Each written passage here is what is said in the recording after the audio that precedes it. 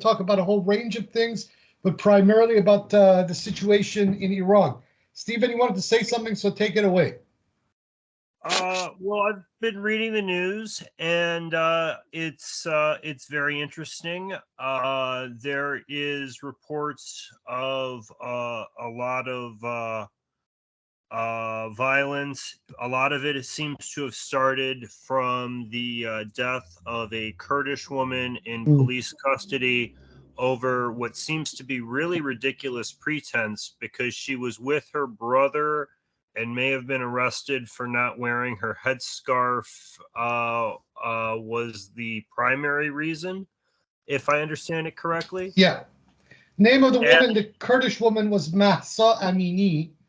I just listened to a talk by her father, who was interviewed by the BBC. Now, before we go on, let me highlight something here. I stand with the people of Iran, and most of us stand with the people of Iran.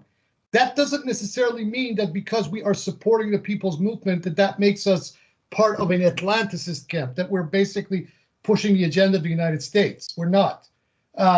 We are as much against the empire as we are against these regional dictatorships and systems, oppressive systems like the Islamic Republic of Iran. I have been very clear about this for years. So before people get on their high horses, especially among some of this pro-Russian, pro-IRI camp, my pox is on both their houses. We need to move beyond the paradigm of supporting one block of power players against another. This world needs a completely different paradigm of politics than the one that's prevalent at the moment. Go ahead.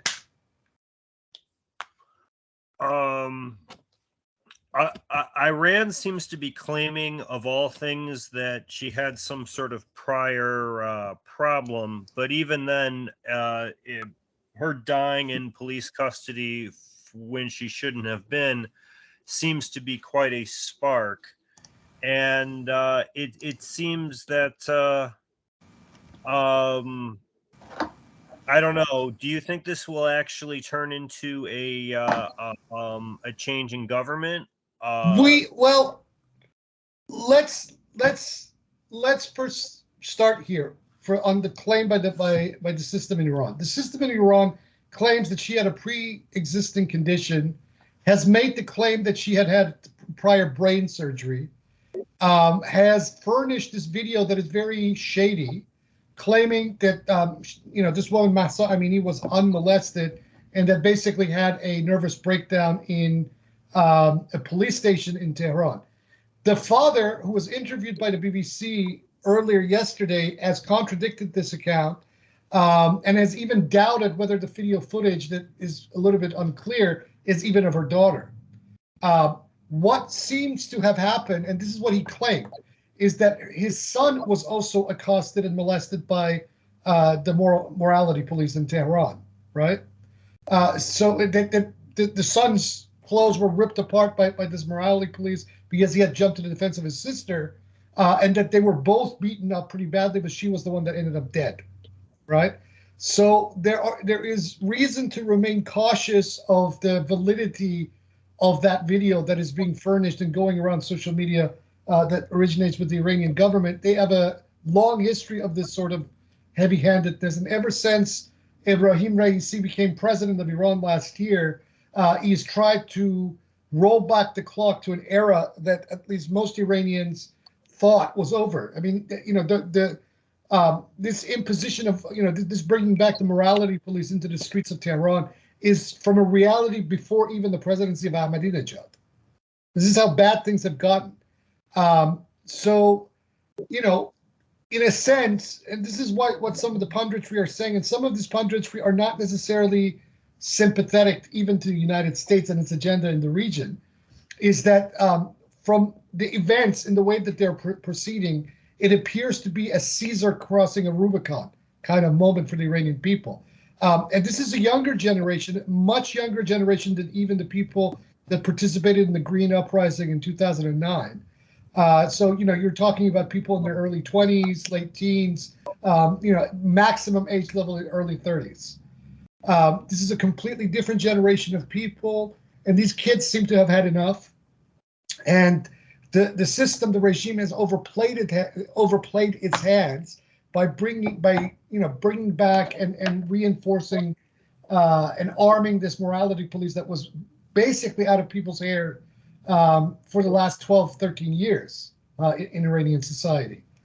But the difference between now and 2009 is that, we got to understand that government repression, okay, any kind of government of any system that wants to repress its people in the face of an uprising, all of this requires money and resources on the part of the government. This is a system that has been under international sanctions consistently for over 14 years, right?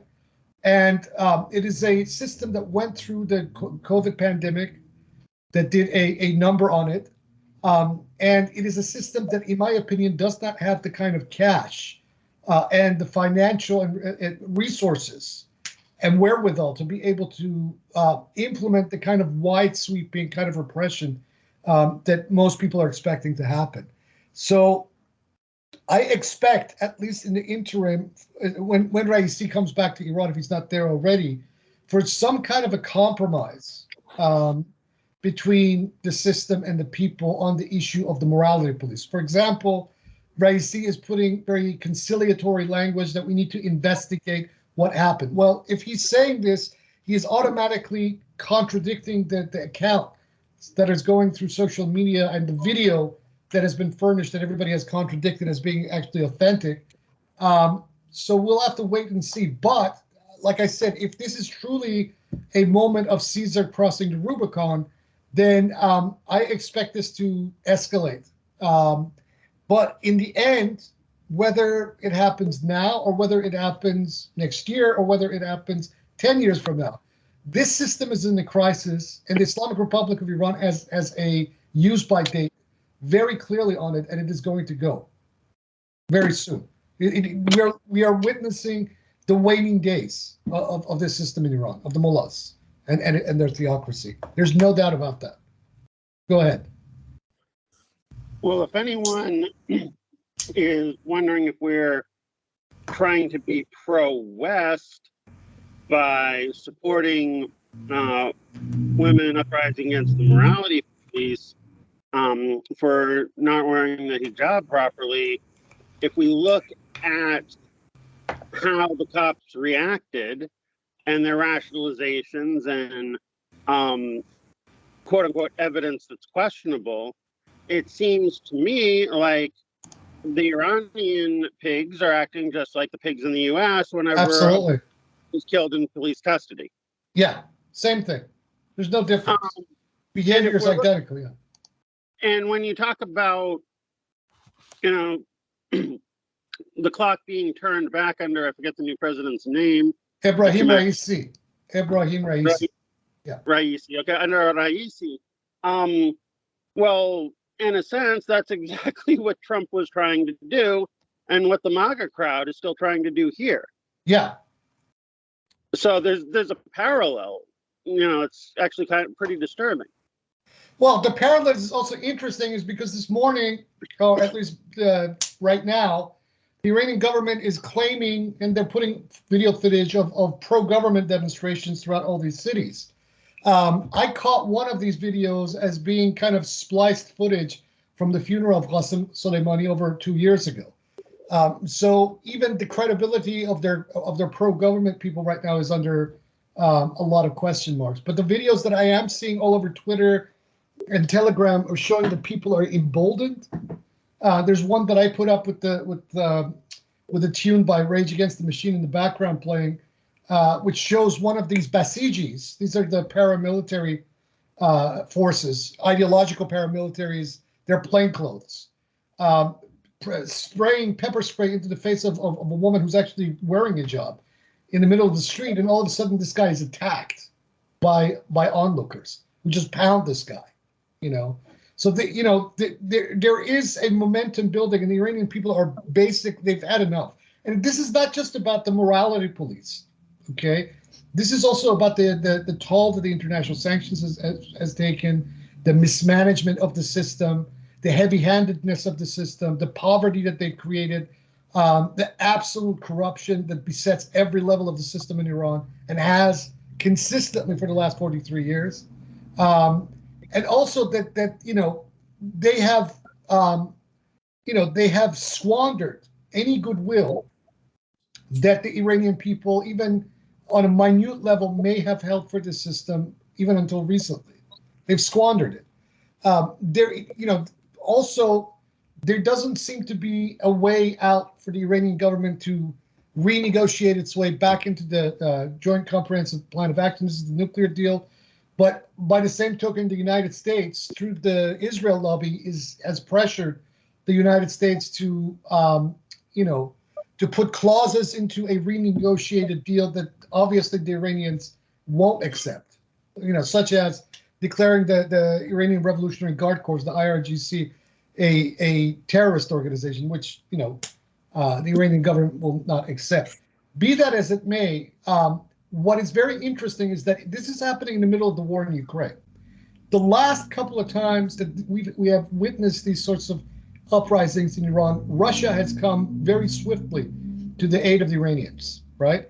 Because that system is now, in a sense, a sort of puppet state of Putin in so many different ways. But Putin is engaged in Ukraine. He is losing that war. He has just, basically announced a partial mobilization of the military, which I suspect it will also, that won't go anywhere either. So all of a sudden we have this uprising in Iran, and so the Iranian government cannot rely on its Russian patron in this particular fiasco. So I expect something very major to come out of all of this. Now, whether, like I said, it happens, tomorrow or a week or month or a year from now, we shall see. But why I called for this podcast is that on Reddit, in one of these groups that is controlled actually by one of the people that is very close to these ex-Baha'is and that whole crowd with Dale Husband and whatnot, I put a trap for this guy that goes by the moniker of Trident 765. And immediately this guy jumps in and says the following. He says, Iran is one of the last remaining outposts of non-Western culture, which actually it isn't. But Iran is only anti-Western because of its government. The Iranian people themselves want to be westernized, as you can see in the video. I don't support the hijab in general, but I hope the Iranian government is able to keep these protests at bay and remain in power for the sake of cultural diversity in the world. This is a Baha'i saying this. Can you verify that this is like a real person? Because yeah, he is. It almost sounds like a Russian agent because the tankiness level is just extreme here. Yeah. But if this is a real person, they've made a deal with the devil. A lot of people have. Yeah. And after the invasion of Ukraine, it's time to make a clear stand against the aggression that's going on. It's leading to a refugee crisis. Now they're doubling down and supporting repression and probably a draft. These are exactly the things that they should be against. So it's really baffling to see people try and have their cake and eat it too, and take this double speak position. And what was he claiming to support diversity in the world by supporting a police state? I went to Iran with my late wife in 2015, right? And we saw with our own eyes what Iran is. Iran is actually a completely westernized, neoliberalized society with only a Islamic afterthought.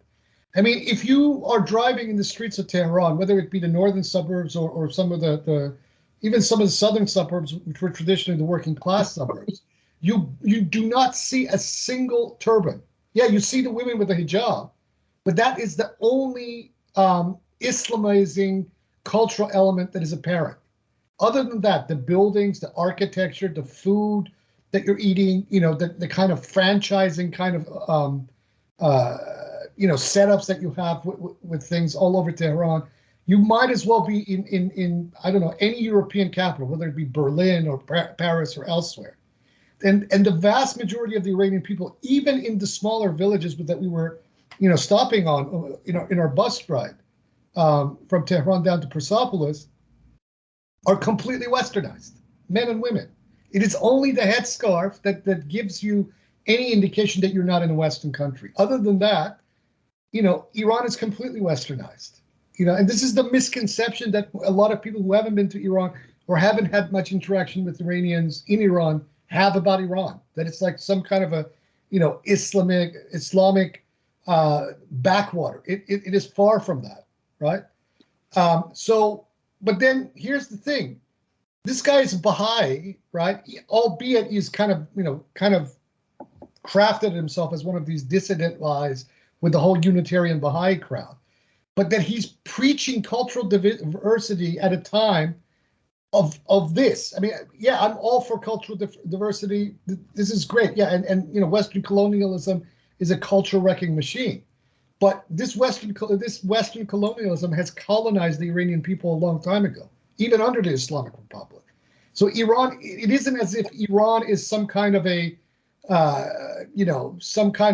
island of cultural, difference vis-a-vis the West. It's far from that. It hasn't been that probably since the 1920s, right?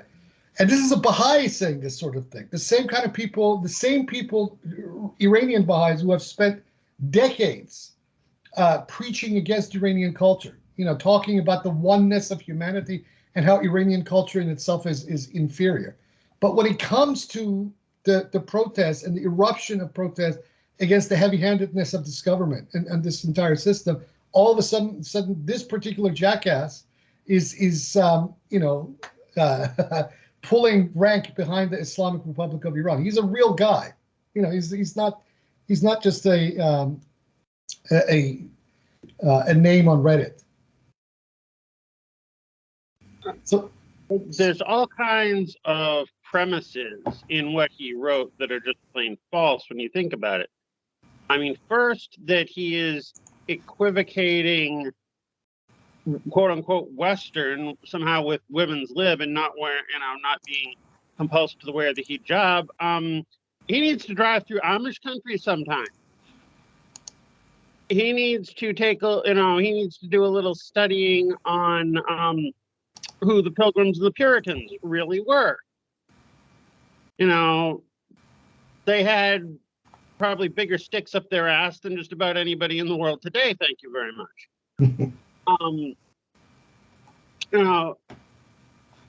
So to conflate Western with women's lib just ain't so. Further, there's Stephen kind of went here a little bit. There seems to be, if you can push these premises though by somebody and get them to accept it, I mean, there is a big red browning message, a la Dugan in this, where it's kind of setting up the false dichotomy of, either you're for the Iranian government or you're for the West, and there's no ground for anything else. And it's the fallacy of geopolitical thinking that I've talked about many times. That this geopolitical, kind of analysis is always dehumanizing. It's looking at power blocks versus the people of the ground. It is completely and counterintuitive to how, for example, Marxists analyze a given situation from the ground up. It's analyzing things only from the top floor, right? Right, and I think that's where we, as the Fatimiyya, come in with our first commandment being know thyself. Yeah.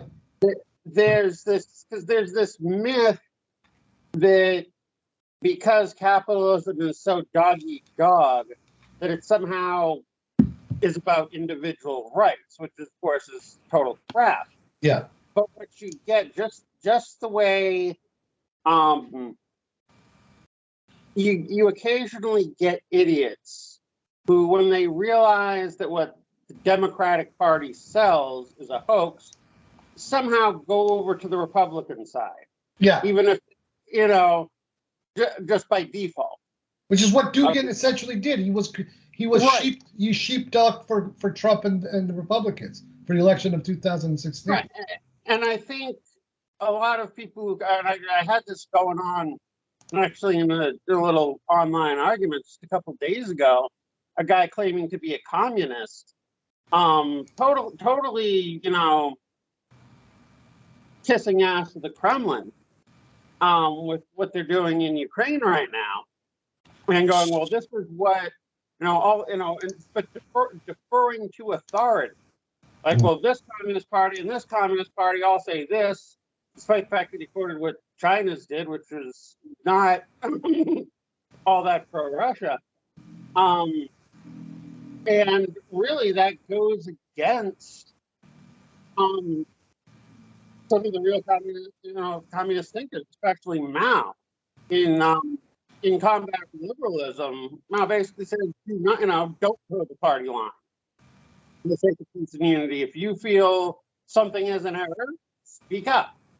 And I think there are many pseudo-leftists who, because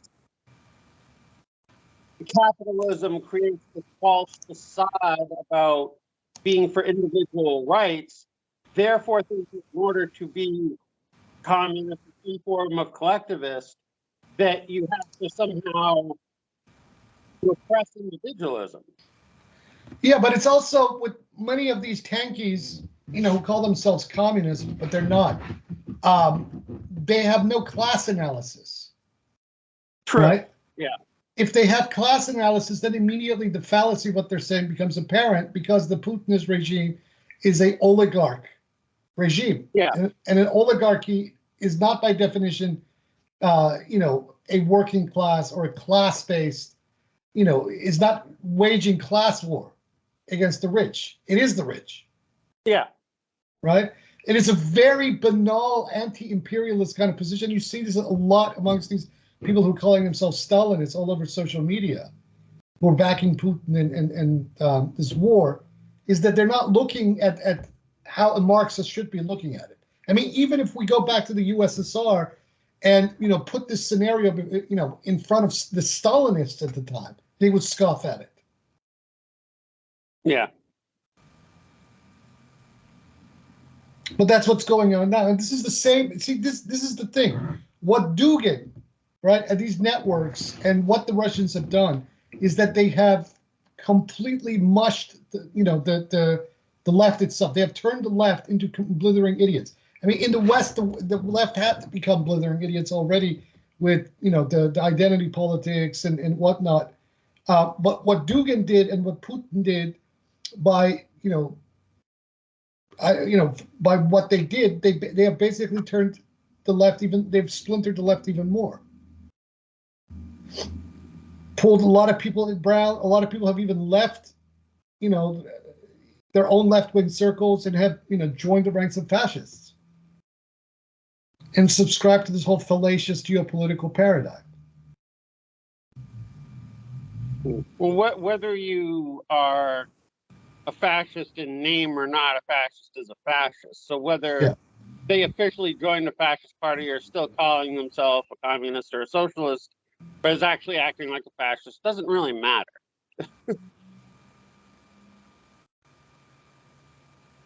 But they are waning. The thing is, they may be out there, but they are waning. And the failure of Putin in this war has contributed to that. So that means that their ranks are beginning to fall apart, which is a very good thing for my book. And see, as I've said before, the fact that we are against Putin and against the war that he's waging on the Ukrainian people, right, does not automatically put you on the side of the Americans and their allies. You can walk and chew gum. Yep. I think it's very close to home in Iran. None of this stuff beyond the borders of Iran seem to be directly involved in the catalyst here. No. This is a lady with her brother. So whatever her family considered appropriate was probably within the norms of how they were going about. So it's pretty offensive even for people who are family values, what the result from the government's action was.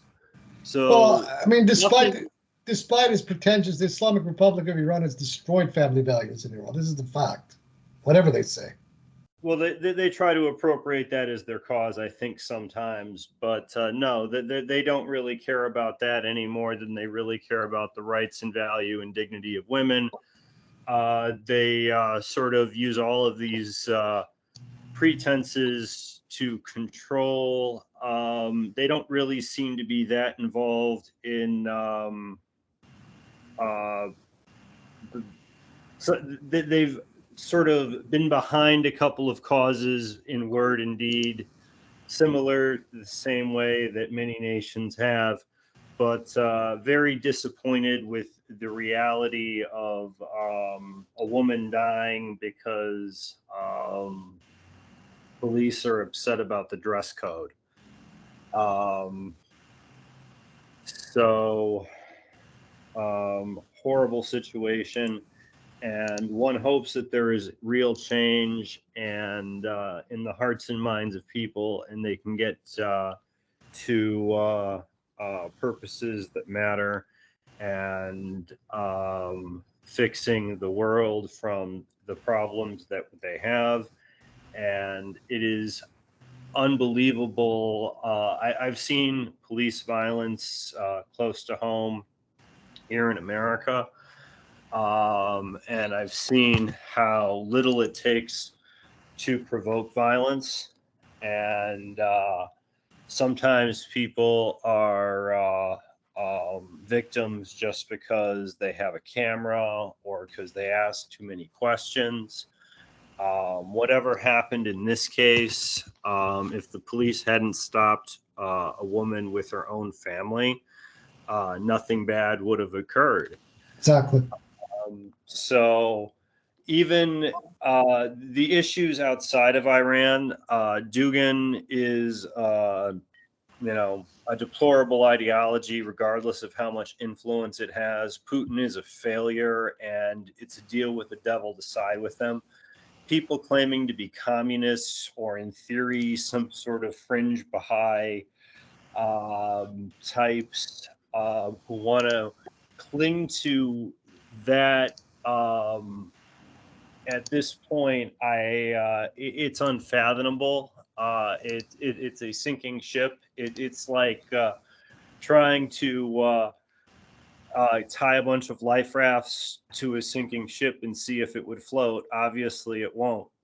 But that's the nature of reactionism. This has always been the case with reactionary forces and individuals of one form or another. I mean, you see it now with the whole Republican Party and those of them who rallied behind Trump. They're looking more and more stupid. I had sort of said that I thought that Trump was often claiming to be richer than he actually was. And apparently that's something he's now being sued for. That was one of the New York says that they don't want him to do business in the state. And so he's got a whole bunch of mounting problems. One wonders if he will even make it to be a candidate in name at this point. But his movement has been a bunch of very disturbing individuals who want to justify the worst aspects of society. We joked a little bit. We saw a video the other day of people who actually had taken the reverence to a new height and were considering him some sort of son of man figure. Really bizarre antics by some guys. And people have this sort of almost meme level worshipfulness view of Trump when he's only represented the lowest common impulses of society and offered no solution to any problem. Indeed.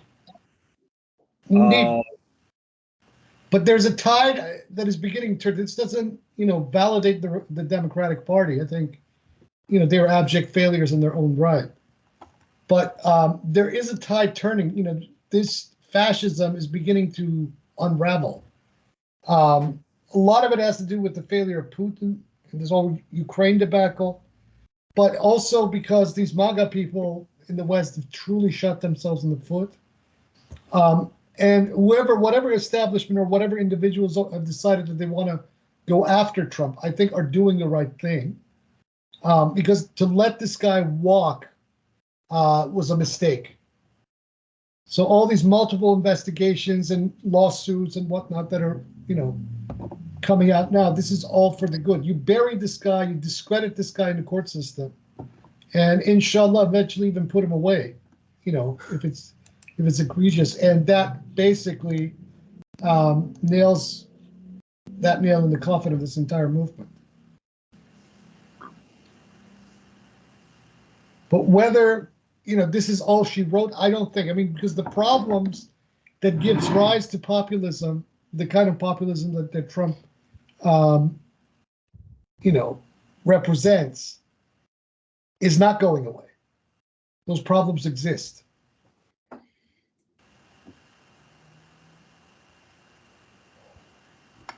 And that's the problem. And America, unfortunately, is because of decades of brainwashing and false propaganda, it's inconceivable to see at least the older generation, maybe not the new generation, but the older generation of people, going left. And in a sense, a part of me looks at the whole Trump phenomena as an attempt by elements within the U.S. establishment to stem the tide of any growing socialist view. So you redirect any socialist or any true left-wing momentum by propping up a populist candidate like Trump or even Hitler during the 1930s. This is exactly what happened in Germany. The German industrialists and the not just the German industries, but also the industrialists in Britain and France were so petrified of a possible communist takeover of Germany or other parts of Europe that they had no problem financing these far right and fascist and even Nazi movements, which they did. Go ahead. Interesting nexus of Putin and Trump and the groups of people they've been supporting. Like, so locally, there's the America First PAC that helped storm the Capitol and seems to have gotten funding from a Putin-associated group in France. And they've had these right-wing movements all over Western states that they're backing, sometimes simultaneously while backing left-wing movements that were tanky-ish. And both times trying to sort of steer people to either control the anti-government movement and sort of ally with their own. But this deal with the devil has really fallen apart. And even if one wants to oppose the many major evils of colonialism, occupation, central banking, interest rates, and corporatism, and how our police state and military industrial complex is abusive, there's no reason I would think to find common cause with the dress coding of people with their own family, sympathize with the invasion of a country when it's causing a refugee crisis, or closer to home, to side with those who are limiting abortion access, instead of standing with people's right to make their own choices and support medical care for people who need it. I apologize. Have tics sometimes, but go ahead. Go ahead, Matt.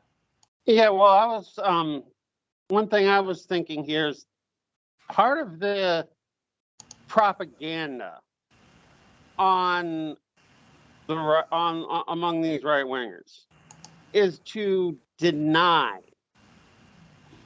that anything left even genuinely exists.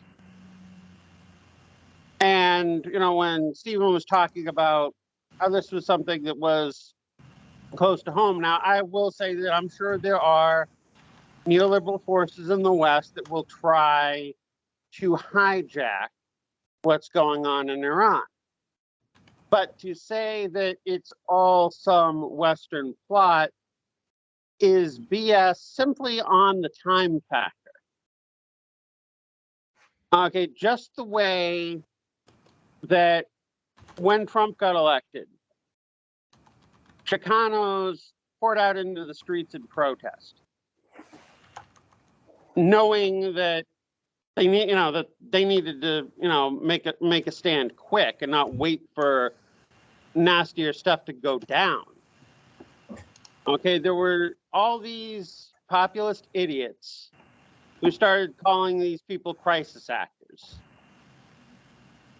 And now it obviously shows, and mostly they were white folks, and it shows they're out of, how out of touch they are with the Hispanic population, because, well, when you're calling a group of people racists and drug dealers and you get elected, you don't need any more motivation than that to get those people out into the streets. But the fact is, if you were going to mobilize something with actors, it takes time. And there was not enough time for the organization of fakes that the right was trying to claim. And it's the same thing here in Iran. You can, if you just have some humanity, that someone getting beat up and killed to the point of being killed for what they were wearing is going to piss a lot of people off. And the protests happened quick enough after that there wasn't time for this thing to be faked. Yeah. I mean, right now you're getting you're getting these people on Twitter, both supporters of the regime and also these various tankies, who are fabricating these narratives that are being churned out by portals like IRIB or Press TV, or all the plethora of regime-based propaganda outlets, and they're not thinking that some of us can actually see through this. I mean, this doesn't mean that I'm endorsing everything coming out of the Guardian or the BBC or any of these things, right? But those of us who are Iranians know people, have family, have friends, know people on the ground. So it's we don't even need the Western news outlets to know what's going on in that country. It's our country, right? So obviously this stuff it cannot be faked, right? But be that as it may, the thing is that what's beginning to happen, right? A lot of these sides, their approach to things is starting to ring hollow. Whether you're getting it from the tankies and these pro-Eurasianists, or whether even if you're getting it from, these various Western think tanks and regime changers, the Gene Sharp people or the Femin, etc. Yes, it's to be expected that in a situation like that, the Gene Sharp crowd, and the feminine crowd are going to try to take advantage of the situation, right? Because their bread and butter is in these sorts of situations. But this in itself, right, does not invalidate the will that is the momentum of what's going on in a country like in Iran right now, right? And to admit this, either one of these two camps, right, basically falls apart, and especially the Eurasianists and this whole, tanky crowd. The fact of the matter is that there is a documented, and this is a, validly documented, 4 decades worth of evidence showing the brutality of the regime. That the Iranian regime is hyper-authoritarian, if not outright totalitarian, right? That it has violated the rights of countless numbers of its citizens for a variety of reasons. That it discriminates anyone who does not toe the party line completely, and that it practiced the same kind of paradigm that most authoritarian dictatorships have in the past, where even it turns against its own, as we have seen in Iran in recent years. One great example is the fact that Ahmadinejad and his followers presently are counted as among the opposition. Now, who could have seen that coming back in 2009? But because Ahmadinejad fell out, right, with Khamenei and the hardliners, right, and because they arrested one of his major supporters, was one of his vice presidential candidates, Ahmadinejad became an opposition figure. So he now speaks against the Velayat al-Faqih, the guardian of the Jewish position, Ali Khamenei, and his supporters. But because he has so many different supporters and he was a former president, they don't have the kind of muscle to totally muzzle Ahmadinejad.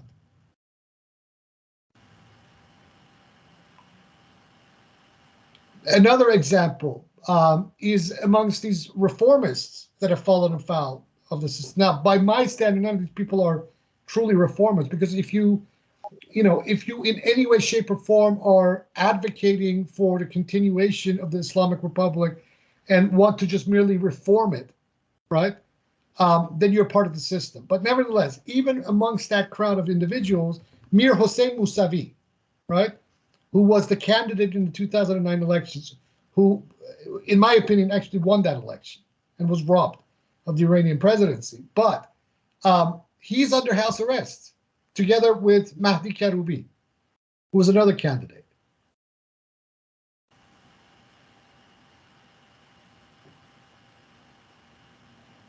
These were pillars, these individuals were pillars of the system at one point. So this is the sort of thing that these people, these tankies, etc., need to explain. But you can never, whenever you get into a discussion with these people about these sorts of anomalies, they switch into the mode, oh, you must be a pro this, you're George Soros, you're Atlantis, this, that, and the other thing. Never mind that, the Eurasianists and the Russians are trying to emulate the exact same tactics that they're accusing in their adversaries. By creating think tanks, by generating infinite black propaganda, generating fake news, ad nauseum. But this is what I'm saying, is that one has to be a lot sharper than both of these forces. And I can tell you, by observing, on the ground over a very long period of time of what is happening in Iran, that this is a real event. 100%.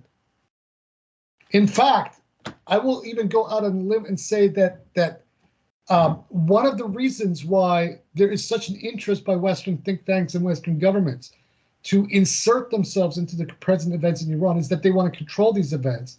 Because if history has proven anything over the last 60-something years, is that the Americans and its allies do not actually want a transparent, democratic, secular government in Iran. Why? Because on the day that there is an actually stable, transparent, democratic, secular government in Iran, is the day that the military presence of the United States in the region becomes obsolete, and their continued resource theft in that region very swiftly becomes obsolete, especially as Iran, being a trendsetter in the region, if such an event were to transpire, a lot of other countries in that region would follow suit. Eventually, this would also then become a genuine threat to the existence of Israel. The mullahs have never been a real threat to the Israeli Zionist entity, ever, despite all the rhetoric and propaganda. You know, as I said on a thread today on my own wall, the Khomeini so-called revolution and this Islamic Republic of the last 43 years has been a gift that has kept on giving to Western imperialism. They managed to control the oil supplies. When the Shah, I mean, I'm not being an advocate for the Shah, but the Shah was attempting an oil policy with OPEC that, had it reached its target, would have meant that Iran, together with Saudi Arabia, Jordan, and some of these Gulf countries would, and also Venezuela, etc., would have become the main power brokers over the oil supplies of the planet, which eventually would have meant the end of Western dominance. Right? With the revolution of Khomeini, that went out the window. Western oil companies got back complete control of the oil supplies in the region, and then managed to actually then push the price of oil up. Well, you might say that the IRI regime in that sense provided cover Big time. for the West. And in a smaller parallel, since you had brought up this posting of the guy claiming to be Baha'i, the Baha'is in a way have, despite all their anti-Iran propaganda, in a way are also providing cover. Mm-hmm. Because they'll focus it on, here's, not to say Well, there aren't some Baha'is who aren't. but the cover that they have been providing has been quite transparent and porous, because what the Baha'is have attempted to do is to basically seize the entire human rights agenda, which means that they are giving cover to the Islamic Republic of Iran over its genuine human rights violation against the myriad of groups and individuals in that country who don't get the kind of hearing that the Baha'is do in the West. Yeah. And this has suited the Islamic Republic of Iran fine. And in a sense, Kayvon and I have talked about this many, many times with each other, is that the Baha'is, in a sense, in that role, have been forestalling a genuine uprising and revolution and the toppling of the Islamic Republic over these last 43 years. If they hadn't been the dominant, entity in the West, constantly going to Congress and U.S. governments and trying to, self-aggrandize themselves, there may have been forces that would have coalesced eventually, maybe within a 10-year period, that would have toppled the Khomeini regime early on. Well, in a sense, then the Baha'is are playing the exact same role in a way that they played in the U.S. of taking people out of, the civil, various civil rights groups. That's exactly my thinking. Yeah. Yeah. You could in both situations, call the Baha'i servants of counterinsurgency. They are. And they hate this stuff. And see, this guy, this Trident fella, he really let the cat out of the bag. I mean, I didn't think there would be anyone amongst these people who would be this stupid to let the cat out of the bag in the way he did in that comment. But he did. Yeah.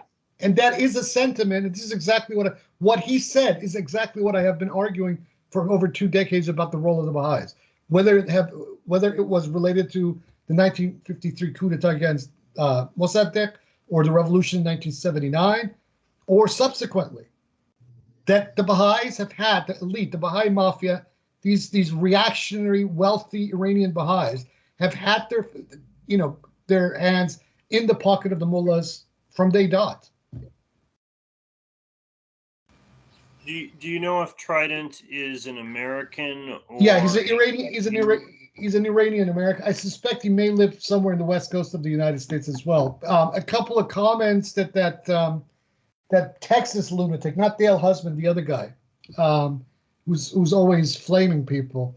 These are all now Unitarian ex-Baha'is? Yeah, and this guy is associating himself with the Unitarian ex-Baha'i crowd, which proves that argument that I was saying, that whole ex-Baha'i subreddit is basically a contracted portal that the hyphens gave to the IRI to manage. And with people like Dale Husband and maybe even this Trident, there is a monetary element possibly involved as well. We don't Or know. immunity for various indiscretions and abuses. Probably. That's usually the way it works. Some sort of corrupt immunity deal seems to have worked out for people like Epstein, and I wonder how widespread that practice is. It's a lot more widespread than people realize. A lot more widespread. So one of the news things that I saw that was really disturbing was related to child abuse. Was the junior ROTC program with the military doing instructors. What they essentially found was that the program was more likely to abuse than the regular public schools. And often the headlines, I think I shared one of them on my page, kind of downplayed that this was a widespread youth abuse issue. But we've seen a couple of times where there's sort of an immunity given inside the system to these abusive situations. And despite the fact that it's often sold to people who are right wing and supposedly family values, this abuse is common to these reactionary systems. Yeah. So the military and high school teachers had very little oversight, just like these morality police in the murderous. I don't even want to call them morality, but whatever they call themselves. I'm not good at the translation. They killed this woman. We're finding that there's widespread abuse in our like for people who want to join the system are being sexually abused. Here is what we're finding in the United States, is what the news just came out as. And the abusive nature of these abusive systems to their own people, I think, is the lesson to be looked at, and why there needs to be a transformation to stand up for uh,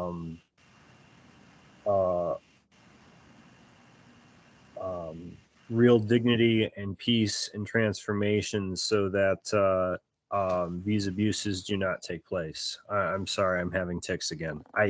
No worries. No worries at all. Yeah. This is the way it is, man. This is how these reactionary systems, like you said, roll. But where it comes to our nemesis, the fact that they have been participant in a variety of these scenarios, not just in Iran, should give pause to at least anyone who's following these discussions. My goal is this: that if the regime in Iran is toppled, that several groups must be completely liquidated from the Iranian political scene forever. Number one, the monarchists. Number two, the mullahs themselves. Number three, the MEK people. And finally, the Baha'is. These four groups must be completely liquidated from any kind of from having any kind of a political mandate in a future post-IR Iran. I've been very open about this for years. Because if Iran is to truly create a civil society in a post-IRI society, these four groups must have no participation in it whatsoever. They must be completely thrown out, rejected, wholesale. Now, three of these, the monarchists, the mullahs, and the MEK, are already, have lost a lot of credibility with the Iranian population at large. The Baha'is are still straddling, and people are not that aware of how dangerous the Baha'is are, right? But if they begin to understand more what's going on and how these people have been playing all sides, I think eventually that will also happen. Matt, did you want to say something?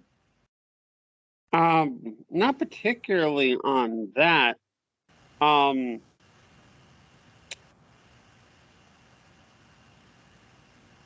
Oh, where was I going? Well, in a sense, the first three groups you mentioned have lost credibility mainly because they're more overt. Was the Baha'is meant for covert, or should I say? And when I say the Baha'is, I'm talking about the administration, official and shadow administration, because they have the whole labor high crowd is basically unconscious of the fact that they run cover, and run interference for the actual Baha'i apparatus. Yeah.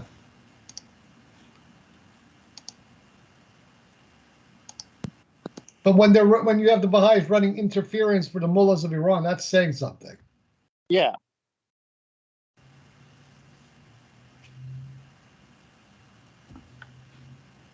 And I sort of and Kayvon and I sort of proved that with this outfit that published Dale Husband, this Baha'i Pajui.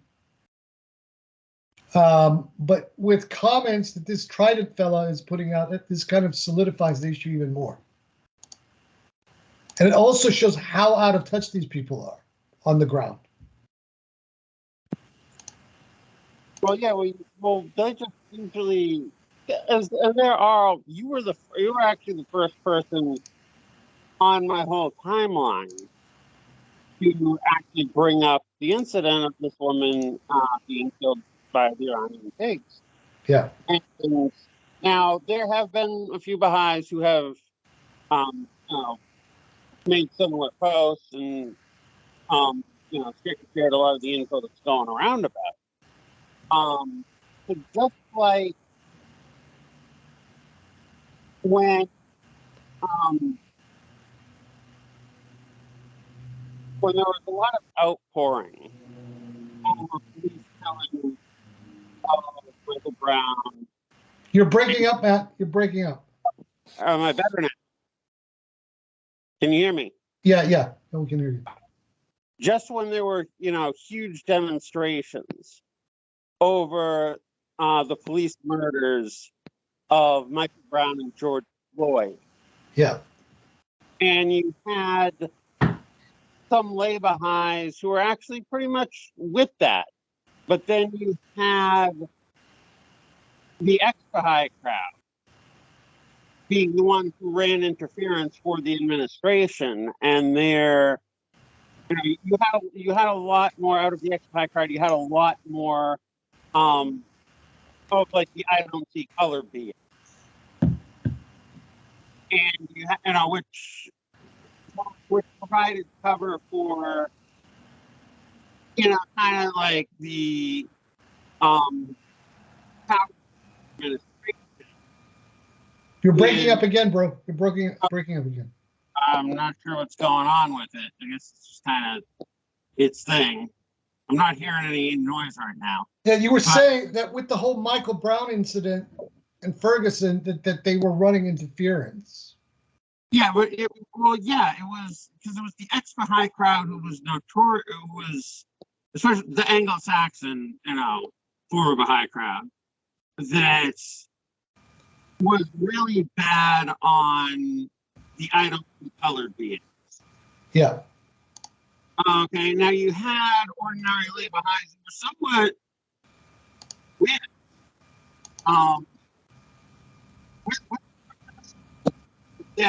You're gone. You're gone, man. It's just going. Your voice is going. I'm not sure why that's happening. I got an internet connection here. It's pretty good. Can you hear me now? Yeah, now it's better. Yeah. Okay. Just stand still. Stand still if you can. Yeah. Well, I had been standing still, and then I just shifted right now. So basically, there's a controlled opposition element with how the ex-Baha'is have operated, particularly in the circle of that one forum of Reddit. Two forums now. The opposition is two of them now. Is part of a proxy war type of strategy, and the narratives that one gets often are, both sides of toxic. So a Yeah. whole bunch of catch-22s from that group over there. On the element of potential controlled opposition, I wonder how Iran is going to dance with its narrative in the coming days, but it may not matter depending on what the people actually decide. It often, I don't think, will really matter too much from those outside, because this is so much from within. And the outside forces of proxy war didn't directly cause this. It wasn't their it wasn't their hand. They did this to themselves. Yeah. Now, that doesn't mean that the forces of proxy war won't attempt to take advantage. Appropriated. Oh, I've seen some interesting memes. Some Baha'is, of course, have used a combination of tahara and I'm sorry, I don't know how to pronounce her name properly. The recent victim in Iran. What's her name? I know her image now. Masa Amini. Yes. So the meme combines the two images in a call for change. So I guess there's some who have wanted to see some sort of um, use of the cause and use it against the government, but then there are others who want to stand with very Duganist type factions and Or networks. reactionary. Just we don't even have to label it as Dugan. They want to stand with extremely reactionary forces. Yeah, nonsensical, self-hurting type people, where one wonders what injury they are avoiding from healing, because they are just hurting themselves over and over again with the way that they take these positions. They are wrong on every issue, or so it would seem. Definitely. Matt, are you able to come through now? Can you hear me? Yeah. Yes. Okay, I was going to say to Stephen, you can't really, get any feed on the Baha'i apparatus by what your average lay Baha'i is sharing. There's a complete firewall between the two. And like I said, the lay Baha'i is the unconscious, interference runner. Just because the administration just kind of will let them do their thing as long as they don't get too out of line, and in an official Baha'i capacity, they let them do whatever they want, and some of them will have progressive views, but it doesn't really matter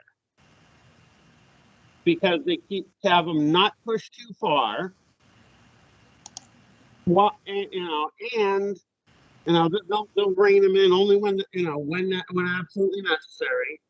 And in the meantime, the actual Baha'i apparatus will do whatever the hell it wants.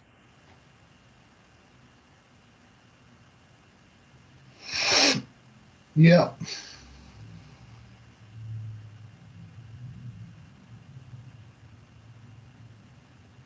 Listen, guys, we've gone over the 1 hour mark, and I think Skype doesn't go any further than 1 hour 20 minutes, and it cuts off.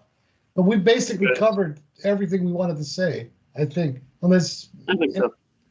Unless any of you want to say anything more. So we'll leave it here. This was a good get together. I've been meaning to do this for a while, but I've been quite busy doing all kinds of stuff. But we will do a few more of these. I just tell people to watch the events closely. I mean, this could, I don't foresee this stopping, or sputtering out. There's a momentum behind it.